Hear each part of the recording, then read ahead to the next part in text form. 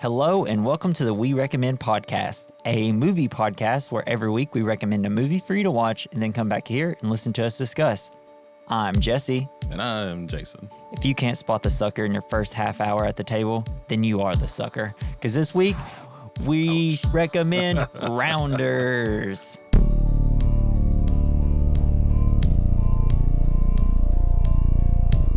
I was the sucker. Yeah. I think a lot of people watching this were the sucker. Yeah. And you're just like immediately, help me, Matt Damon. Make me better. Yeah, because the very first time I watched this, I played very minimal amount of poker in like junior high and high school.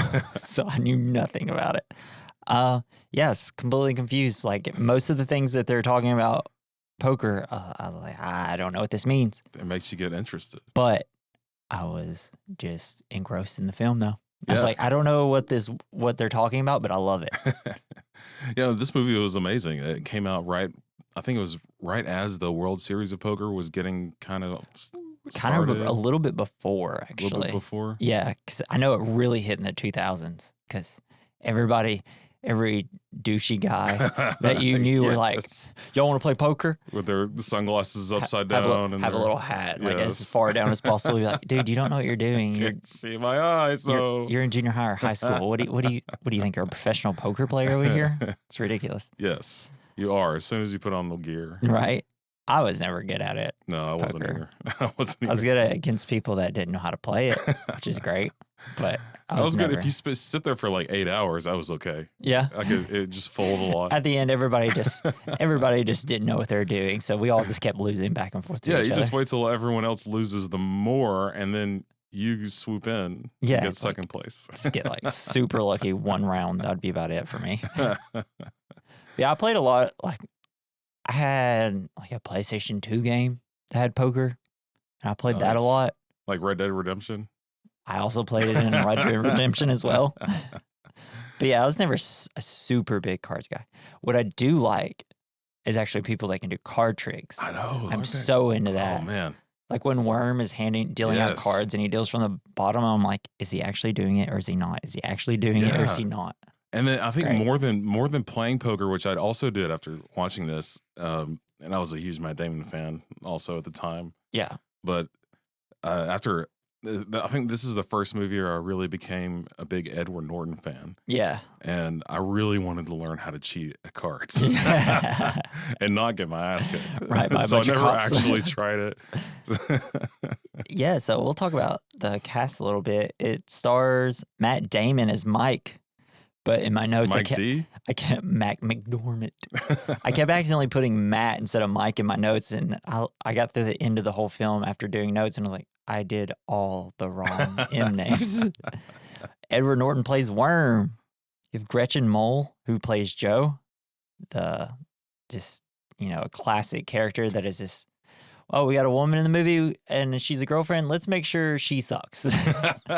She's just... Even though she's the most normal person probably in the entire movie. The most normal, I would say. Yeah, it sucks.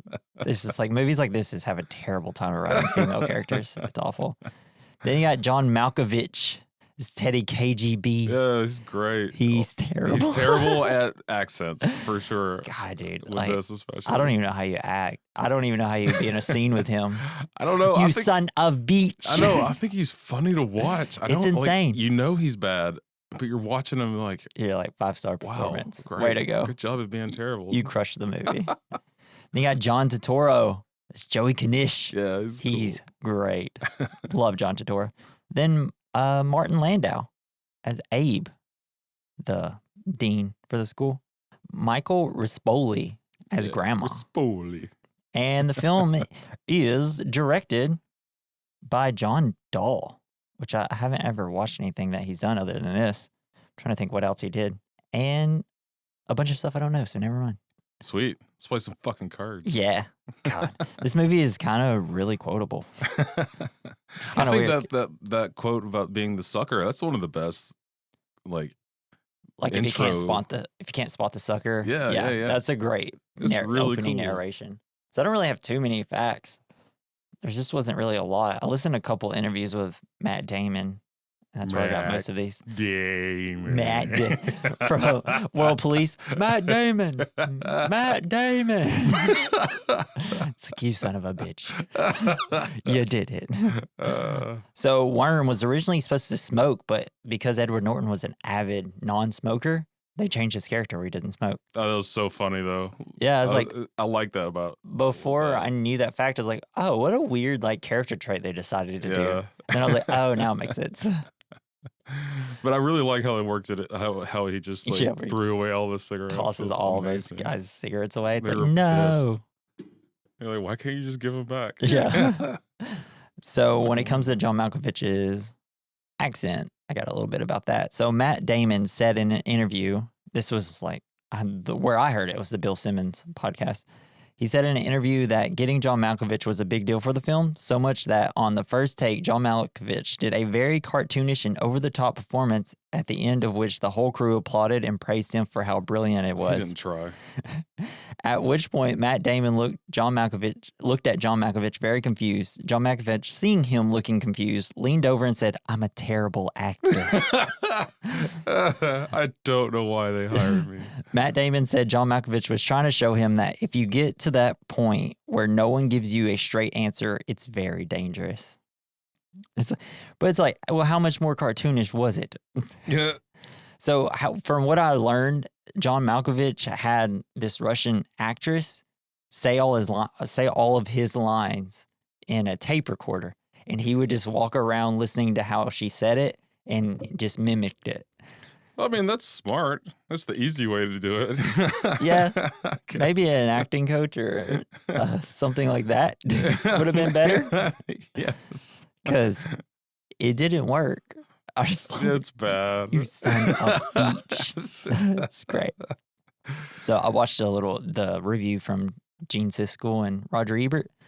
So the two critics, they both loved the film, but Siskel, he was like a actual card player. He like knew how to play Texas Hold'em. And he said that he called out the film's reliance on Matt Damon's character, the fact that all of his game essentially was put on him being able to tell what the poker players are doing instead of playing the cards. Yeah. Said that it was done too unbelievably done, especially in the settings that he was. Yeah, it was a little fantastical. And it's like, dude, like this guy's a superhero at this point. Like he could just see everything. Yeah, it's the height of Matt Damon's career, I guess. That would be like, it's just, I love it. I'm like, yeah, of course. If you're gonna show me a movie, show me the best guy at this, right? Yeah. Don't show me like, I mean, that's someone boring at playing. That's his thing. You don't have someone who's always, I don't know. If he was that good, he'd be in the World Series of Poker. Right. Exactly. He's just a rounder. Like he can put. Yeah. Exactly. Which, for anyone who doesn't know, a rounder is someone that makes a living off playing cards. Like they don't usually. It's essentially what Joey Knish. That's what he does. He doesn't do any other jobs. He just plays poker. And I guess he has a delivery truck. Have you ever played cards in a setting where you had to like buy it, like pay like a not professional like Vegas? I've never been to Vegas, but I have played cards in different where you had places. To gamble. Yeah, where you actually had to pay money like up front and like gamble. No, I would be too scared. Yeah. I was like, we'll play for pennies. I'll tell you what. Not everybody's there to have fun. Yeah. Most people are there to be a douche. Yeah, and to win. To outsmart you and intimidate you. Yes, intimidation. Yeah. I went to a bar in Nashville and I was playing and this guy, and there's some terrible music playing on the jukebox. So I got up and I put a coin in. My song never played because immediately afterwards, after I put in my money, the guy came up behind me, put in like $10. Apparently, he had been doing this before we even got there, and he put it on the same song on repeat for the entire. He paid enough money to play the same terrible song all night long. That's funny. He probably didn't make any money because he I don't spent know. it all I on the ended up jukebox. leaving. I was like, "This sucks," and I'm out. I want to have fun. Yeah, it's just want to have fun. It was. Oh man, if I can remember the name of the band, it was like Who can say what? Only time? I don't know. It was just like that. But it was that one song over and over. Super annoying. Yes. Wow, what a douche. Awful. Just like, have fun, dude. Just play some cards. Yeah. So Matt Damon and Edward Norton, they played the $10,000 buy-in Texas Hold'em No Limit Championship event at the 1998 World Series of Poker in Las Vegas. During the first 4 days, Matt Damon had pocket kings and was knocked out by former world champion and poker legend Doyle Brunson, who held pocket aces. Brunson? Brunson, yeah. Oh. I don't really know any of them. I tell you what, when they added that the card camera, that was amazing. Yeah. Like when you can see what they had. Yeah, because they put it like on their chest, right? So whenever, I don't know. Or they put it was like a button camera, and they put it to where every time they flip the cards, you could see their cards. I have no idea where they put it. Beautiful. This was great. So in the novelization of the film. In the book. Yeah. So it ended very differently, as Michael did get to Las Vegas and began a winning career as a poker player. However, he and Joe never got back together. In fact, Joe sent Michael a wedding invitation to her own wedding, to which Michael was not too keen on going to. Sick burn. Right. And Worm's resolution was also mentioned in that Michael never saw him again because he probably got himself killed. Yeah, most likely. Worm sucks. Yeah, he's a sleaze. I hate the old guy. Love him and hate him at the same time. I think because he's definitely the funniest part of the movie. Yeah, he's the funniest. I think Ed Norton did an incredible job being a total sleazeball. Yeah. He's so good at it. He's like, oh, the character's name's Worm? I got this. I know exactly how to play this character. Woke up as Worm today. Right? So, what's your favorite Matt Damon movies? I mean, when this came out, it was Good Will Hunting, of course, and The Talented Mr. Ripley. Love Talented. Love both of those. Yeah, and then there's this one. After that, like that's really like the trifecta. Yeah. That are my favorite. I guess for me, I love The Martian. He's so Martian was pretty cool. He just didn't lie at all. He wasn't he's great at playing kind of a douchebag, which is what he did all through the 90s. He was always until like this movie, he was always in School Ties or School Days is one of those, whatever it's School called. Ties, yeah. Yeah, he's like he's evil person. As fuck, yeah. He's kind of evil and talented, Mr. Ripley, and I don't know. It's great. I don't know. I always liked him when he was like, he's got the baby face. Yeah. But he's also got that like Cheshire cat grin. Yeah, exactly. Like, I think it's insane that like in the 90s you had all these actors going out for like the same parts. Ben Affleck, Matt Damon, Edward Norton, Brad Pitt, Leo. I think Leo was a little too famous. He's probably just immediately already just getting roles and not having to audition. But it's like, just imagine walking in a room and you just see like Ben Affleck, Matt Damon, Edward Norton, just all ready to like audition. You're like, what? This is insane. We can't make a bad decision. I'll definitely make it. Yeah. Because I was listening to an interview with Matt Damon, and he was just like, I'd always walk in and it'd be the same people. Like, dang it. They're all way more talented than me. Are you sure he didn't just say, Matt Damon? Yeah, right. And everybody like, dude, you have to say something else. We know your name. So, you ready to hop in the film? Yeah. So, the film opens with Mike sneaking out of his house and kissing his girlfriend. He's grabbing money from different places. That's cool. Yeah, I know. I wish I had money hidden around. It's like, did he just not want his girlfriend to find it? Or it's like, if he gets robbed, it's part of that. And like, people in his profession get robbed a lot. I feel like they get shaken down quite a bit. Playing like against a lot of shady people. Yes. The underground criminal poker world. I mean, it seems later that they're a really tight-knit group, but it just seems like there's just one little section of Russians that might steal your stuff. We see that he's going to a Russian underground poker place. It's run by Teddy KGB with the best accent in the game.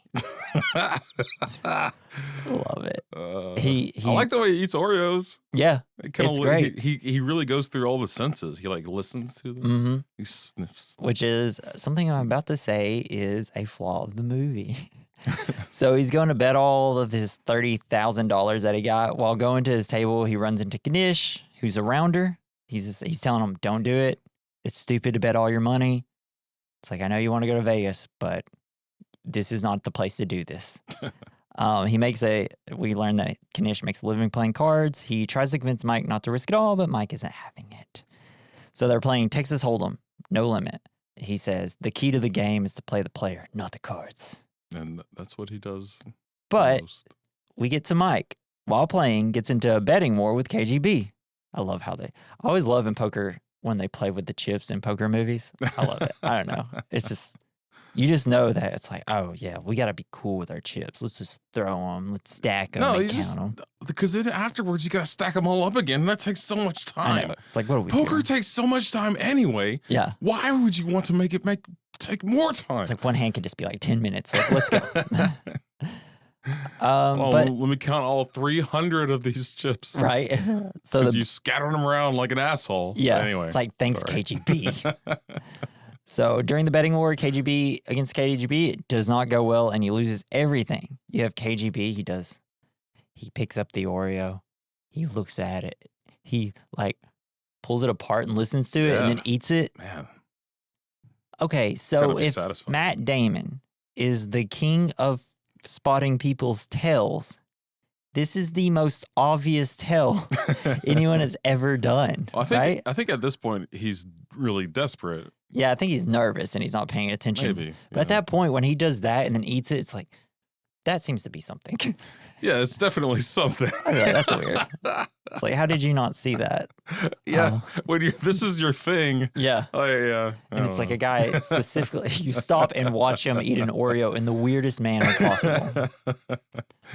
But I do love this because when it cuts to Damon's face, he has a great look where it's like, I just lost everything. Yeah, completely crushed. Yeah. When you think you've won and you really haven't. Yeah. Oh man, that is a crushing feeling. Because what, he had like 2 aces and 7s? He had a I can't remember. he had an ace and a 9, and he had full house aces or 9s over aces, and Teddy KGB had aces over 9s. Oh, gotcha. Okay. Rough stuff. It'd be at the end, and they'd be taking all the chips, and I'd be like, "Did I lose? Why did I lose? Can I get part of them? How did I lose this? Did I lose it all the way?" But Kanish, so mad. Kanish takes him outside after the game. He's trying to console Mike. See, I put Matt and I didn't change it. Mike said he's done. He's through playing cards, and he asks Kanish if he still has the truck. Whatever Kanish does with that truck, I don't know. We see Mike. It's like, I don't know, 9 months later, right? We see Mike. Had a baby. Yeah, we see Mike driving a delivery truck for Kanish because he has to pay for log school. How much does this truck pay? I can't. I mean, I don't know. Like doing delivery trucks in a city. Like, where are they supposed to be in? Is it like Boston, New York, or something? I think it's New York. It's right? New York. Yeah, So. You can make a lot of money doing that. Yeah, I think it's New York. Yeah, you can make over $100,000 a year. I mean, it seemed like he worked like 16 hours. The way he made it seem like. Yeah, I mean, law school is expensive. Yeah. But that'll. I mean, this is also 1998, so yeah, that's true. It probably wasn't nearly as much now. So we see after we see Mike, he's delivering packages. We see Mike goes to deliver something to Abe. He's a law school dean who is playing poker with some other judges and prosecutors. Yeah, the judge game. Yeah, super sweet. Mike starts betting for the dean. Like everybody's super confused at the table, but then he proves himself by being able to guess in everybody's cards, essentially. And he impresses the one judge. He's like, I might put you at the top of the list. Yeah, it gives him a what do you call it? The position. Yeah. Something. Whatever you get an internship when you're trying to be whatever, a judge or whatever. And they ask him to play, but he's like, I don't play anymore. I don't play cards. They're like, well, then how the hell did you get good at this? I do just love it because that one judge is like, hey, I'm pretty impressed with him. Yeah. I like that guy. It's like, why? He just knew your hand. Doesn't mean he's going to be a good judge. Well, I don't know. I mean, I think that's a lot of not being a judge because they just kind of read the facts. But I guess he's trying to be a lawyer. He's trying to be a lawyer. And I think, yeah, I mean, I could see how the two kind of professions could be helpful to each other. You're trying to question a witness and they're on the stand. They take out a bunch of Oreos and start just listening to him. Sir, please put the Oreos away. He's guilty. He brought Oreos. I don't know what else to tell you guys. No normal not guilty person would ever do that. So, and we got to get him out of here if there's going to be ants. Yes. But we see him, he goes home to his girlfriend. He explains how he impressed the table and it's set up for the summer. His girlfriend does not like the idea of him using poker skills to impress people. She wants him to use poker skills in the courtroom somehow. Instead. Which basically kind of what he did. Like, he impressed a bunch of the top courtroom It's just people. he's not allowed to be, if he sees a card, she's mad at him. Fucking dare you have fun. She doesn't want him to con his way to the job. I don't know. It's like, I don't think he she just immediately takes it to the most ridiculous possible scenario, which is. Yeah, she wants stability. I just feel like normal, like if this was a real character, like a real person, she'd be like, okay, so you didn't play. No, I promise. Okay, I believe you. Okay. And you got an internship out of the deal. Yeah, it's like, hey, great job. Just try not to, just don't rely on it, you know? Don't waste all our money. Don't destroy our livelihood. Because I had an uncle who had a gambling problem. Oh, really? And he would win cars and houses, and then he lost every fucking thing. He pulled a mic. So I get where she's coming from. Maybe she knows a little bit about the loss. That's true. I mean, he did lose $30,000. We have to think on that. That sucks ass. I just feel like they could have written her character a little more sympathetic instead of like it's the problem in a lot of TV, film where they make, the guy's the main character and you're like, lady, stop trying to make the plot not happen. It's like the most famous one is Skylar in Breaking Bad. Oh, yeah. Where like nobody liked her character, but it's like she's the only one acting normal most of the time. She's being normal. But we're just like normal human reactions. No, we want Walter White to do drugs, dude. We want him to make the drugs. Yes, stop trying to stop the plot. But he then asked Joe.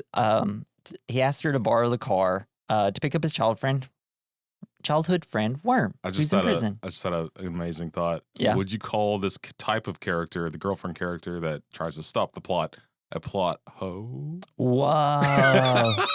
Joe is a plot hoe. Wow. Okay, anyway, that's a t-shirt. Moving on. It just says, I'm a plot hoe. And then, like, oh, yeah, because it could be perfect. Because it could be like a him and her t-shirt. It could be like, I'm the plot hoe. He's the plot bro. Yeah, oh, my God. I'm going to get murdered. We have to make sure we remember that. Visit the merch shop that is not created yet. Yes. So we see Worm. He's playing cards for cigarettes. He wins all of them, and everybody is super mad because he's playing with like 3 black guys. And like we'll learn why, like his whole system in prison soon. While they're mad at him, they find out that he's actually getting processed and getting out with all those cigarettes. Yes. They're like, dude, give us some. He's like, I want it, fair and square. But he does live a few cigarettes, which is probably good because he might be back later. But we see him. They process him. They give him all this stuff, and he's like, "Oh, there's one thing you're forgetting. It's a toothpick," which he puts in his mouth, and then immediately is outside and throws it away. Yes. Like, okay. I wouldn't put it in my mouth though. Yeah, it's been in there a while. And then right as he's about to get out, he throws all the cigarettes in the trash. Yes. Worm and Mike, they have their hug. They have a little bit of banter. Worm explains that while he was in there, he had to play 3 constant games of cards. He played the guards so that he wouldn't, he had to lose money to the guards so that they would help him out. Yep. The white people, what did he get from the white people? I can't remember. God. Probably commissary. Yeah, I don't know. And then the black people, he had to trade with the white people, but he had to play the black people to get cigarettes from them so that he could give them to the white people. And I think he made money from the white people, and then he had to give that essentially straight to the guards, which is wild. Worm asked about why Mike isn't playing cards. He's like, I just don't do it anymore. It's like, I can't. I'm too good. I'm straight edge now. Yeah. I'm a good boy. And then Worm wants to get him back in so that he can help him win some money to pay off some loan sharks. Because at first he says, oh, I'm just like $10,000 down. And he has no idea how much he owes the Jews. That's what he says. Spoiler. And then Mike's going to go drop him off at a game. Worm is trying to talk him into coming in. But Worm, we learned that Worm also needs a little bit of cash. So he gives him $200 to put the stake in. keeps trying to talk Mike into going. Yeah. He just will not do it. And that's the thing with like gamblers that are like addicts. They will, even if they're gambling away hundreds of thousands of dollars, if another addict comes around and like it's like, hey, can I just spot me like 1,000? They're like, yeah, no problem. Yeah, no problem. Any other situation, they'd probably be like, I feel like the situation, it's like, all right, but if he wins that 1,000, he'll give me some too. Yeah. I mean, I'll get it back because he'll win. And they probably nobody ever wins. No. You don't ever win. But so Mike says he's not going in. Worm goes in and Mike drives off. But about halfway down the road, he turns around to go in. Yeah, play some fuck cards. And then when he gets inside, he's greeted by the hostess of the place. This is a person that Worm almost had a chance of banging. Great story, bro. She tells him to pretend to be her boyfriend so he can get a table with Mike. We see Worm shuffle an ace to the bottom of the deck, and then we see it end up in Mike's hand. And it's the same ace that Worm had tattooed on his wrist, which is a nice touch. So Mike and Worm play all the other players and get all their money. Worm loses and pretends to be mad because he's great at being a sore loser. Yes. They get out safely and nobody knows the difference. It's great. It's like, hell yeah, sometimes let's go. Cheating works. It's that little taste of them playing cards together where you're like, come on, give me more cards. Yeah, That's all I want to do is watch them play cards. This is what they were doing before, like, everyone, or probably before Worm went to jail and before Mike stopped playing cards for some reason. That's how he got $30,000, I'm assuming. Yes. So it's the next morning and they're still out. So they never went home yet. Hell yeah. Mike takes Worm to another underground poker place. I go to Waffle House first. Isn't it like the Chester place or Chester? Yeah, the Chesterfield. Yeah, something like that. Yeah. And Mike's warns them to be chill and not cheat here because this place will notice they have, it's just like a lot of really good poker players that come there. Yeah, like these are like cops and municipal workers. Well, no, not this. This is okay. This is kind of a bunch of different groups of people. Yes. There's a bunch of rich people wanting to lose all their money. Yes. Yeah, just for fun. They're here for fun. Yeah. So he lends him money through Mike's tab. Mike leaves and Worm stays to play. Nothing to worry about. Because I think he gives him like $2,000 to start. Smart. Yeah. So Mike gets home and his girlfriend is still awake waiting for him. The classic, jeez, Joe. I never went to sleep because of you. Because of a bad idea. Yeah. You should have done that. Yeah. And they have a meeting. They have a meeting. They have a beating. They have a beating. Yeah, that was horrible. There's a giant beating going on. They have a meeting for the big mock trial they have. He's going to show up late. She grills him about if he has been near cards. He lies, but she finds the giant wad of money he won. It's like, really? You didn't hide it in like your shoes or something? That's stuff. Put it in your book. Yeah, that's what you stuff your crotch with. I would have just taken it to the shower with me. What? Just like she can't find out. But your little caddy. Yeah. So Mike shows up late to the meeting. His girlfriend looks super sad and worried. Knish shows up at the meeting to talk to Mike. He's warning him about Worm because he's already causing trouble. Knish says that he can tell that Worm is pulling cards from the bottom of the deck. He says no one else is noticing, but more people are starting to show up. So it's like, he's like, should I go get him? He's like, no, don't. Then he says, but more people are showing up. He's like, all right, I'm going. I better go. Shit. Knish has like a little smile. Love John Turturro. Yeah, it's amazing. So Mike runs off to get him so he doesn't get into trouble. We see Worm playing 2 Russians. Oh, no. He's like, stop talking Russian. You can't fuck with the Russians. They'll fucking poison you or Exactly. throw you out a window. It's like, come on, don't we know? Dangerous KGB, motherfuckers. he'll get you. So Mike pulls him out because he's got like $8,000 of their money right now. So Mike is warning him that he already has a sign on his back and he's just been in the city for 1 day. Oh, man. Mike tells him if he gets caught, he won't be able to get a game in the city or anywhere around the city. He explains that the 2 Russians are almost as bad as KGB. Mike convinces Worm to lose his money back to the Russians, but he doesn't and takes it all. Oh, man. I think he ends up winning $10,000. Yeah, he won 10 G's and takes it all. What's her name is like, well, we usually don't let you take all the winnings, especially if you have a tab of $2,000. Like, yes. Mike's good for it. Don't worry. I'll take it. Fuck off. I'll pay him back. I'd be so pissed if I was Mike. Yeah. But then we're cutting back. Mike's girlfriend is mad at him and doesn't trust him anymore. He explains that sitting down at a card table last night is the first time he felt alive since he lost it all. She walks off. Dang. Yeah, it sucks for her. It's like, come on, dude. what are we doing? Just, you knew that wouldn't maybe work. she should just get down some Uno with him. Yeah. You know? It's like, I'll play a real game. You know what? Let's play War. It takes 8 hours to play anyways. Some rummy. Right? So we cut to Worm. He's at a strip club. He gets visited by Grandma. Oh, Grandma visits you at the strip club. Yeah. Happy day. I know. When I saw Grandma, I was like, oh, I love that actor. If my grandma ever showed up at a strip club while I was there, I don't know what I would do. I give her 31, say, let's go, Grandma. I guess. I'd be like, I'll buy you a lap dance, Granny. So, that'd be fucking awesome. You know it would be. I'd leave. I would leave immediately after. Like, have fun, Grandma. I wouldn't watch it. Yeah, you're right. You kind of just got to give her the money and leave. Yeah. And maybe send her a taxi over. Right. You know, make sure she gets home okay. That would be awkward. So Grandma's telling him about all the money he owes. Worms learns that Grandma is in business by himself, but he's being funded by KGB. Grandma consolidated all of Worm's debt, so now he owes Grandma 25 G's. Dang. Grandma is not someone to mess with. Do you just go to people? Well, I think essentially it's like, I'm going to pay. You pay off the loans to the other people. Yeah, KGB gave, I'm assuming, 25 G's to Grandma. Grandma's like, all right, I'm going to pay all this guy's debts, and now he owes us. But we're also probably with interest. Probably more interest in what they were doing. And I love it because Grandma's just beating the crap out of him. Do you have to have faith in this guy named Worm who's just got out of prison? You're like, I really believe this guy's going to be able to pay me. Well, they're just like, we're going to kill him. I know, but then you still don't have the money. You still don't have any money.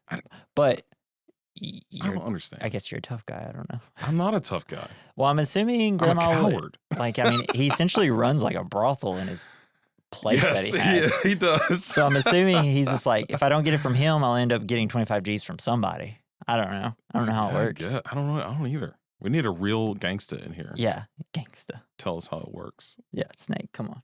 You're a gangsta? Man, he's tuckered out today. I don't know what happened. Just threw the frisbee twice. But yeah, so I love Grandma. He's just like straight up, just like wailing on the guy. Yes. He's like, no, don't hit me anymore. Don't hit me anymore. I wish that worked. Right? It's like, but Worm, like during the scene, he like won't shut up. He won't get out of his own way, which is something we're gonna learn later with Grandma and Worm. Yes, he thinks he's smarter than everyone. I guess. Yeah. He's just got a mouth on him. He can't stop. So Mike goes and visits Abe, the dean. Abe heard about him bailing on his meeting. Abe asked how Mike knew what everybody held at the poker game that he was at. Mike explains how he watches everybody's faces when the hands are dealt. And then Abe explains that back in the day, he was supposed to become a rabbi because every male in his family became a rabbi. But he saw everything at the altar but God, apparently. Which I thought, I really like this. I like Martin Landau. His whole, just every time he gives a speech, I'm like, man, this guy's a professional. I love it. Yeah. So his father sent Abe away because they were upset that he didn't want to become a rabbi anymore. Abe says that even though he had a respectable job, they still never talked to him again.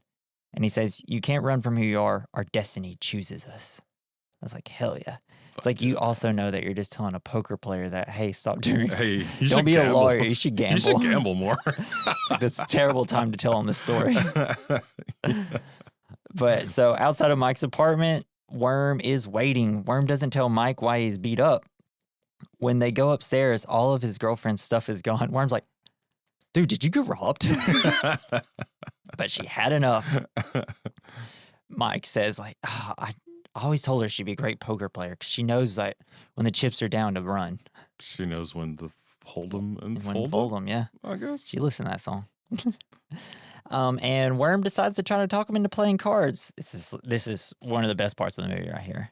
It's like Mike's girlfriend has just left over his broken promise not to play poker. Worm. Yeah. You know what always cheers me up when I'm feeling shitty? Mike. No, what's that? Worm. Rolled up aces over kings. Check raising stupid tourists and taking huge pots off them. Playing all night high limit hold'em at the Taj, where the sand turns to gold. Stacks and towers of checks I can't even see over. Mike, fuck it, let's go. Worm, don't tease me. Let's play some fucking cards. Yeah, I guess you're fired up to play poker. It's like when I first saw the movie, I was like, I love poker, I guess. I don't know. I'm a poker man now. This is just as good as any scene in Rocky right here. Just kidding. Well, this is a sports movie. Yeah, I mean, it is. It has all the elements of a sports movie, yeah. So they're off. They head to the Taj Mahal in the city. It's like Trump's Taj Mahal. Is it? Yeah. Because it said Trump on it. So yeah, it's Donald Trump's. Okay. That sucks. When they get there, Worm goes off to have sex with a prostitute, and Mike sits at a table where all his poker friends came to drain money from unexpected victims. Got Kanish and what's her name? Pietra? What's the girl's name? That John K. Johnson? Yeah, actually, that's Famke? Yeah, something like that. I just can't remember her actual name. She's whatever. Very pretty. Yeah. Is she the same girl from Good Will Hunting? That was the girlfriend? No, that's not the same one. It's not the same. Okay, it looks very similar. Yeah, I know who you're talking about because super hot. Yeah. Somehow, like I don't know if she's Irish or Scottish or whatever. I'm not sure, but I do have one problem with the film, and we'll get to it when she gets there. What? She's great, but I'm just. Are you talking about Good Will Hunting? No, this film. Okay. Yeah. So then we get a montage. There's like great monologues about that. They're all just together like, hey, I'm going to take your money. No, you're taking my money, blah, blah, blah. And then like two people sit down and they're like, they all look at each other like, let's go. We're taking all their money. But it's this great montage of just like, it's a great montage really cool. Of people sitting down and being like, God dang it. That would be me. I would be the one sitting down. Yeah. Ready to take everyone else's money and lose everything. Have you ever been to a casino? No. I went to a casino for like 20 minutes and we played. I was like, we lived in Washington State. We're like, casinos everywhere. Mm-hmm. Let's do it one time. I spent $15 playing blackjack. One hand. Dude, I feel like blackjack's super hard to win. And it seems easy, but I feel like just the way the cards land, it's the hardest. Like they're so fast. Like everyone else at the table was like expecting you to go super fast because they're all like they've all been sitting there for hours. Yeah, and you're just like, well, I don't know, what should I do? Let me calculate this in my head. They're all looking at you. You're like you're trying to do the fucking the fucking what was the Rain Man. Oh. You're trying to do the Rain Man thing in your head, and they're all looking at you like fucking A. It's play your the part in The Hangover when what's his name is Zach Galifianakis is like trying to add everything up. Yeah, it's that. Yes, but yeah, we lost. Anyway, it was not what I thought it was going to be. Yeah, and great part about this, Mike's talking about how he can tell like everybody's tells that comes and sits down. It's just really unless they're Oreo related. Yes, that if you bring food in the mix, he can't do it. But Worm comes back. Kanish does not like that he's back. Nobody likes him essentially. Worm wants to take Mike's ships to join the game, but like the dealer's like, no, that's not how this works here. Oh, shit. This is an actual place that you have to play by the rules here. Worm gets mad and tells Mike to go. Worm finally tells Mike about Grandma. Mike can't believe Grandma would do that, because they used to, I guess, all be kind of partners together, and says that he will get Worm into bigger games because now he knows that he needs $15,000 because Grandma took the $10,000 earlier, and it's gonna kill him. Yep. So Mike shows up late to his mock trial. Mike is late and underprepared and screws everything up at the mock trial and disappointing Abe. He comes in, literally the first thing he says is like, we already said you can't do that. So this guy is, like, at that point, the group should have been like, before he even got here, he's not doing this. He's just going to be sitting down. Yeah. One of us is taking over. Yes. This is obviously not acceptable. Yes. But then we get the official breakup between Mike and Joe. And it's like, oh, thank God. Now let's start playing cards. So Mike is back at his apartment. He gets a visit from Pietra. Mike is watching... Which I think means Peter. Mike is watching an old world poker championship game. She comes in and is just as interested. She came to tell Mike that Worm has ran up his tab up to $7,000. And we learn that she has the hots for Mike, obviously. She starts kissing on him and Mike pushes her off. Why? Yes. You two should be together. This is like the greatest rebound ever. Like, I know that like he's upset and stuff, but I was just like, what are you talking about? This is who you should be with. Like, I like to think after this, she's like, oh, I get together with her because she has the same interests as me. We get along. It's like, I don't know. I just feel like in the movie, it should have been like, oh, they should have gotten together at some point. Yeah, I think so. Because she seems perfect for him. But then as soon as she leaves, Mike just like throws like a glass at the wall because of Worm. And Worm, Worm sucks. He sucks. He's the worst. Mike goes to a church that Worm used to run to whenever he was hiding from bullies and people he pissed off. Worm tells Mike that he had some bad luck, and he only has $900 now. So he ran up the tab to $7,000, and he only has $9,000. Mike tells Worm that they have to talk to Grandma so that they can make a deal, and he's like, we're not. Grandma's always good for a little money. We're not going to Grandma's. $20. So Mike and Worm, they go to Grandma's to talk to him. I love how Grandma is always in a robe and like underwear and is surrounded by prostitutes. Yeah. It's just like this. He's got a little bit of power and now he's the most scummy person ever. Such a scumbag. And all of his clothes are stained and gross. Exactly. It's like the worst. Oh, man. So Mike tries to convince Grandma to let him give $5,000 a week until it's paid off. Grandma seems like he's going to go for it, but of course, Worm opens his big fat mouth. Which, classically, worms don't have big mouths. Yeah. They're tiny. Exactly. Little tiny mouths. But they so eat dirt.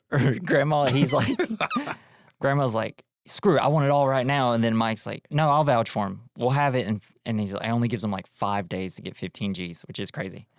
But just Worm won't get out of his own way or Mike's way. He just signed his life away. Yeah. For his buddy. Mike says he can do it. They're gonna go play until they have it. You get a montage of Mike taking everybody's money. We see him blow out 3 tables, but then loses at like this golf poker game that they were talking about throughout the film, and then Worm like takes him out of the game. Essentially, Worm's like, dude, why didn't you take that pot? You could have easily taken. He's like, no, I didn't like what I saw. It's like I was gonna wait and bluff him later in the game and like take him. It's like he could have had a better hand. And Worm's like, you're on 60 hours of sleep, they haven't slept at all. It's like, come on, we still need like half the money that they need, and they have I think like 1 day to do it, 2 days or something like that. Yeah. So they learned that they got to double their money in 2 days. Worm says that he knows a game with municipal workers, but it's 5 hours away, 5 hours both ways essentially. So 5 hours there, 5 hours back. So they decide that they're going to go to the game and see it's full of state police. Wonderful. Yoinks. Worm's like, what? They work for the state. And it's like, what are you talking about, you idiot? Worm wants to come with Mike to cheat, but Mike says no. Obviously, the worst possible place to cheat. And he's like, he knows Worm's going to get caught. He says, hey, go do something for 8 hours and come back and get me in the morning. He's like, what am I going to do for 8 hours? I guess I'll go bowling. Or sleep. I don't know. And then we see Mike's able to get in the game. It's great. It's game on time. Mike is doing pretty good. He's up 4,200. He's so close to getting there. Mike is happy, but then he hears Worm's voice. Fuck. And I think we all immediately like, no. This is all gonna This was all crash. almost done. So Worm sits down and he immediately starts cheating. And Mike's keep having to fold because he immediately gave him, like 3 kings or something like that? Something. Yeah, it's like 2 kings and a 7 or something. And he folds it. And then you start seeing another cop next to Worm start like watching his hands very thoroughly. Yes. And then he like gives him, I think, almost like an ace and 3 sevens. He like right off the bat.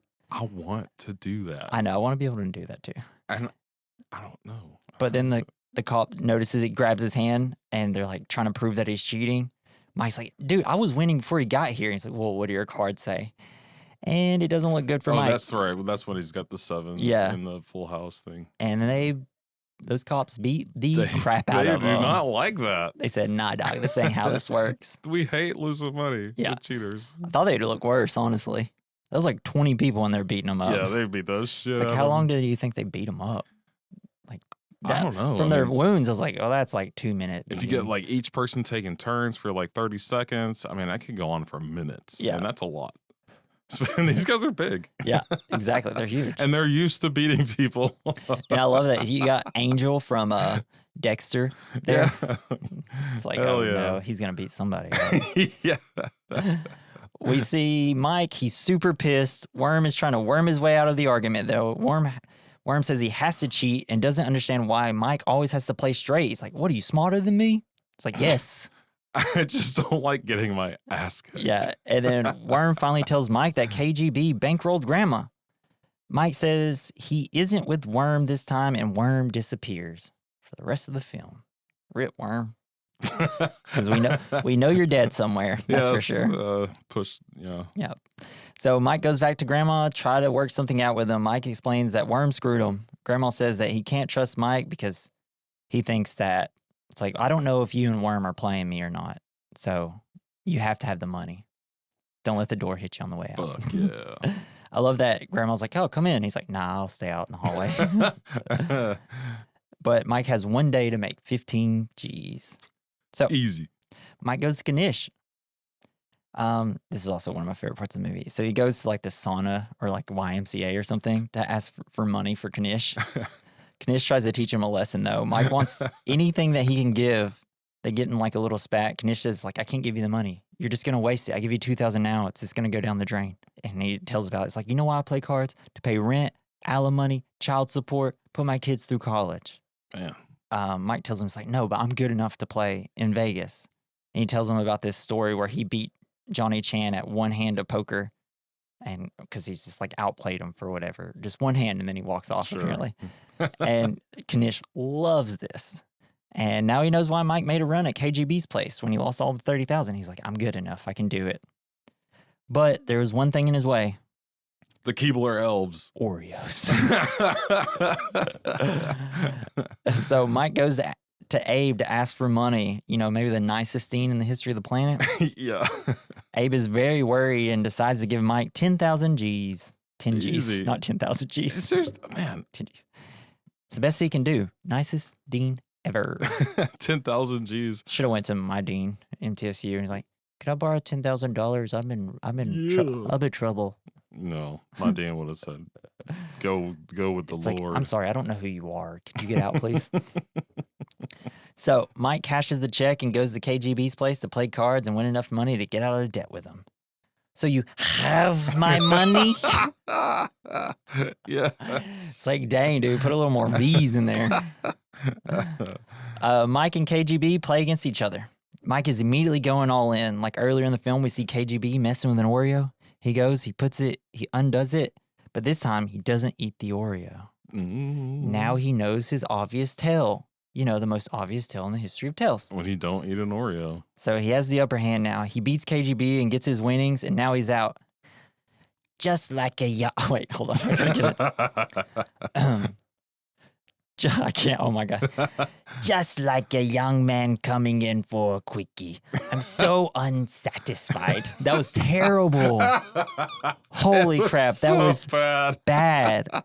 I immediately started doing it and lost all confidence in everything I was doing. And I don't even know what accent that was. Oh, I'm going to hear about that one. Even Snake's pissed off. Yeah, we know. So Grandma comes in to take his pay. KGB is trying to goad him into betting all the money he just won. He's bringing up like, oh, I'm actually still up on you because I took 30,000 and you only took 15 from me. So Mike says, screw it, and he decides to play again. Yeah. Now that he knows he has to tell, it's like, oh, I got this now. So, but as soon as we start, it like the camera pans over to KGB's chips, and he has all of them, essentially. Mike has went on a losing streak, and KGB has most of the chips. On a hand, we see KGB grab an Oreo, and this time he eats it, meaning KGB has good cards. So Mike lays down a monster hand. Just like fold, essentially. Yes. This pisses KGB off, and he throws his Oreos. Mr. Son of a beach. Oh, he finally figured me out. Now KGB is rattled, and Mike is winning now. Hanging around. Check. Kid's got alligator blood. Can't get rid of him. I feel like that one was better. That was way better. I love that line, though. Yeah. I just want to say that at work tomorrow. So we're at the last hand of the movie. KGB thinks he beat Mike and lays down an ace because he's just throwing the chips everywhere. Yeah. He's like, don't scatter the pot. He's like, I'll do whatever the fuck I want. Right. Don't splash the pot. But so yeah, KGB lays down an ace, but Mike has a straight and wins. It looks like KGB is gonna maybe kill him, but KGB tells him to pay him. He won fair and square. Beat me straight up. So now he paid his debts, and he can pay back Abe and go to Vegas. And Grandma was mad, too. Like, you think Grandma would be happy. He's like, God dang it, dude. I actually had the money for us. Now he doesn't. So he turned 10 grand into 60 grand. Pretty good. The next day, he goes to see Joe. They're having parting words. He asks her to give Abe his money. She says, call her if he needs a lawyer. And he's like, I will. And I will. And I do. Mike gets in the cab to go to the airport to Vegas. The end. Airport. From the novelization, we learn he becomes a decent poker player. Nice. Yeah, that's the movie. It's great. Man. You know, there's a, in our city, our alderman, one of them, claims to be a professional poker player, and that's where she gets all of her money. Oh, really? Yes. You think that's true? No. That's awesome. She's just trying to hide taxes. Oh. Anyway. I mean, like, I am curious about when it comes to this movie, because the whole time I was watching, I was like, so this is all under the table money? And it's like, I think so. But then, like, when you're going to go pay your, like, student loans or whatever, they're going to be like, where'd you get all this money?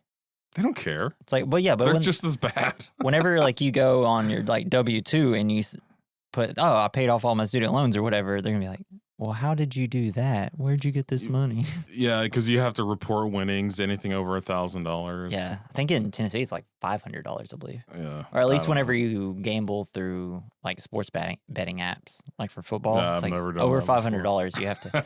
Yeah, I've never won over $500, so I'll never know. Actually, I did turn $5 into $90. Yes, and then I quickly turned $90 into $0. Well, no, that sucks. That's like the third year in a row I did that too. I really gotta learn to get out. Hey, fourth year's the charm, man. Well, I only put $5 up. I'm like, all right, $5. That's fun. Yeah, and then as long as if I can just build it up. Yeah, that's just fun. But then I start doing like dumb bets, and I'm like, dang it. I really wanted to turn $10 into $100. And then I did it 9 times. I really want to make more money. Right. And then I get back down to under $10, and I'm like, all right, dollar bets everywhere. Yes. All right, so we're going to head to our categories. The first one up is the good, the bad, the ugly, the fine. The good is where we talk about what we liked about the movie, what we thought was good. The bad is what we didn't like. The ugly is something that didn't age well. The fine is something that aged well. I'll let you start, Jason, if you have anything. So the good, I feel like with this movie, especially like because once you start playing cards, you realize that not every hand is a fucking royal flush. Mm-hmm. And I liked how this movie didn't make it that way. They showed them fold. And they fold and they're checking and they're playing real cards and they're not everybody's got fucking 4 aces on the whole. You know what I mean? Yeah, and they're only showing you like maybe 4 or 5 minutes from an 8-hour poker game. Yes, they're only showing you. That's the best part. They're only showing you the big hands. They're not showing the crazy. Like they're not showing you like, oh, I had 2 twos. Yeah, but they're winning on weird, like not famous hands. Well, they're both betting whenever they're like, oh, I got a good hand. Like 2 people have good hands, they're gonna start betting each other, right? That's what they're showing, not the I'm gonna raise. Oh crap, that card didn't help fold. Yes. Right? They're not showing that. Right. For me, the good was Matt and Edward Norton, and great. Also people being good at their job. Yeah. I love when they show people just good at stuff in movies, you know? Yeah. Which is great for sports movies. They always are like, hey, this person's really good at this job. And it's like, yes. Yeah, I mean, that makes you believe in the system a little bit. Yeah, exactly.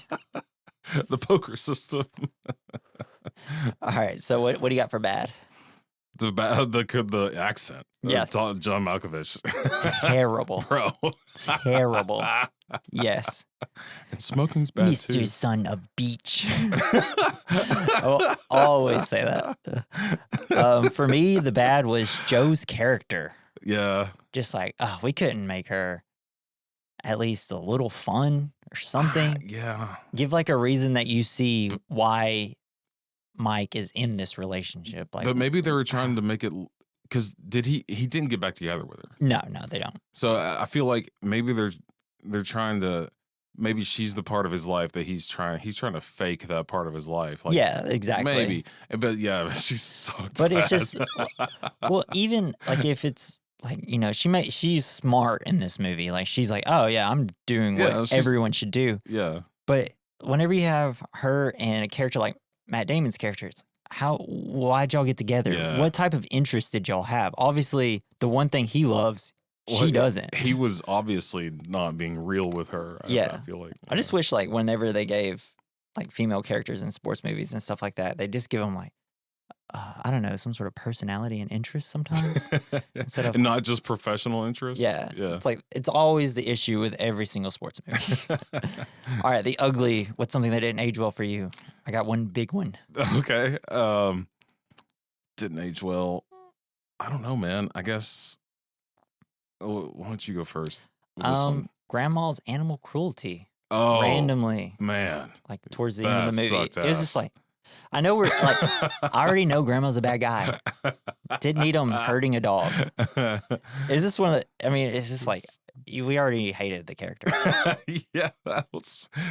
Yeah, he was like, already like super gross. The thing is, it's like I knew he was gross, but I was still also at the same time like, oh no, he's like a fun character. And then as soon as he does that, it's like, well, lost it. Now I just feel really bad all of a sudden. No more interest in this character.